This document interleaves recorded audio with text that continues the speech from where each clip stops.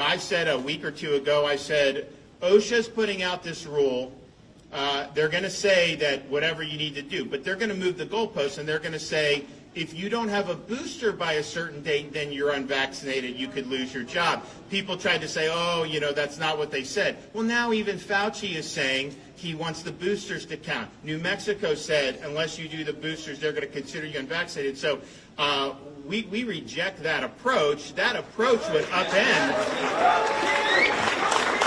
That would upend a lot of people's jobs. I can tell you that right now. And so we are happy to be able to do that. And I look about Ashley Moody, Attorney General, is going to speak in a minute. The state of Florida, we have filed a lawsuit. So we're already challenging the OSHA lawsuit. That's now been consolidated in the Sixth Circuit Court of Appeals. And look, there's a lot of different things that happen legally on these things, but I can tell you this. The ultimate result of that OSHA lawsuit in the Sixth Circuit is that thing is going to crash and burn. It's going down.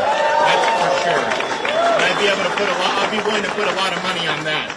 So we have that. But we're also, Florida, we're challenging the mandate on federal contractors. You're going to have a lot of people lose their jobs as federal contractors in January. So we have that we're doing, and that's in Tampa in federal district court, and we think that we're going to be successful there. What with the state of Florida has done under Attorney General Moody's leadership is also file suit in Pensacola challenging HHS's nurse and doctor mandate for hospitals. What they're saying is you have to force every nurse and everybody to do COVID jabs, or you lose Medicare, Medicaid, all the funding, and obviously they wouldn't be able to work if that were the case, and the institutions would collapse. And so we think that that's illegal. We think it's unconstitutional. But here's what really bugs me about this one.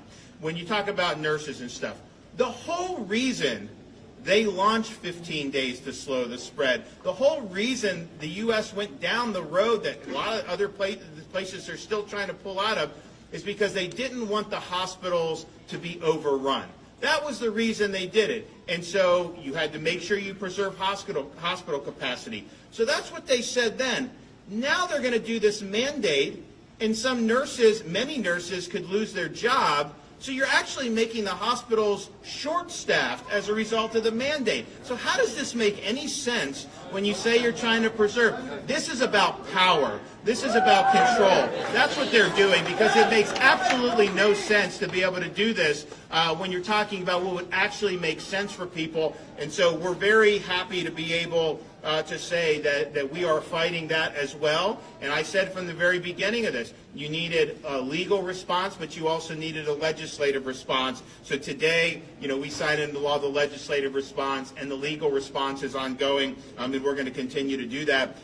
So I really want to thank everyone for being a part of this. It's, I didn't think we had any time to waste. I mean, at the end of the day, we're going to have a regular legislative session starting in the middle of January. But I was looking at all these deadlines. You could have thousands and thousands of people lose their jobs by then. So I thought we needed to come in special session. They were able to do it.